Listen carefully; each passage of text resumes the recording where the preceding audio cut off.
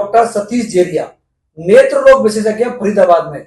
और बड़ी बात है कि हमारे करौली के प्रसिद्ध समाज सेवी हट्टीराम जाटव के बेटे हैं।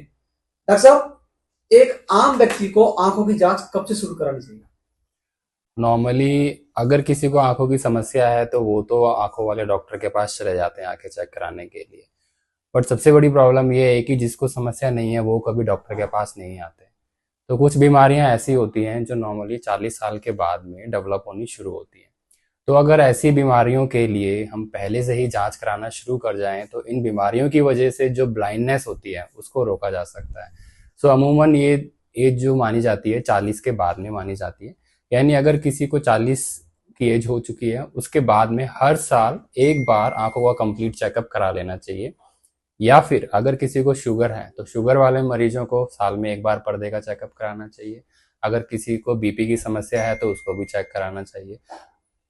इसके अलावा अगर किसी को और कुछ बीमारियां हैं, जैसे कि अगर किसी को टीबी है, टीबी की दवाइयां चल रही हैं, दवाइयों के साइड इफेक्ट भी होते हैं, टीबी से भी आंखों में बहुत समस्या होती है, तो ऐसे मरीजों को रेगुलर तौर पर आंखों का चेकअप जरूर कराना चाहिए। शुगर वाला जो मरीज होता है उसको क्या क्या समस्या आ सकती है?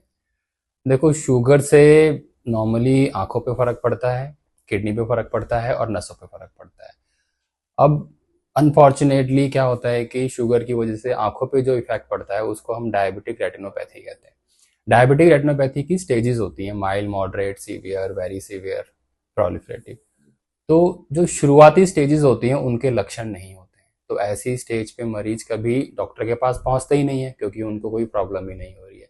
वो तब पहुंचते हैं जब बीमारी बहुत ज्यादा आगे तक बढ़ चुकी होती है और ऐसे में आंखों की जो दृष्टि है, जो विजन है, उसका बहुत ज्यादा डैमेज हो चुका होता है। तो शुगर वाले मरीजों के लिए मेरी ये राय है, उनको साल में एक बार कंप्लीट आंखों का चेकअप, जिसमें पर्दे का चेकअप मैंडेटरी है, वो जरूर कराना है। पर्दे का चेकअप जरूर करना चाहिए। पर्दे का चेकअप पर्दे के स्पेशलिस्ट से कराओ या ऐसा कोई भी आंखों का डॉक्टर जिसको थोड़ी बहुत ट्रेनिंग हो जो पर्दे का चेकअप कर सके। पर्दे के चेकअप के लिए आंख में दवाई डाल के कंप्लीट चेकअप होता है, तभी उसका चेकअप होता है, अदरवाइज नहीं होता। सर, एक हमारे एरिया में मोतियाबिंद एक वो है, मोतियाबिंद क्या तो इसके लक्षण है, कैसे पहचान करें आम आदमी के इसको मोतियाबिंद? सो मोतियाबिंद दो टाइप का होता है, एक होता है सफेद मोतियाबिंद और एक होता है काला मोतियाबिंद। सफेद मोतियाबिंद का मतलब ये रहता है कि आंख में जो हमारा नेचुरल लेंस होता है उसमें सफेदी आ जाती है।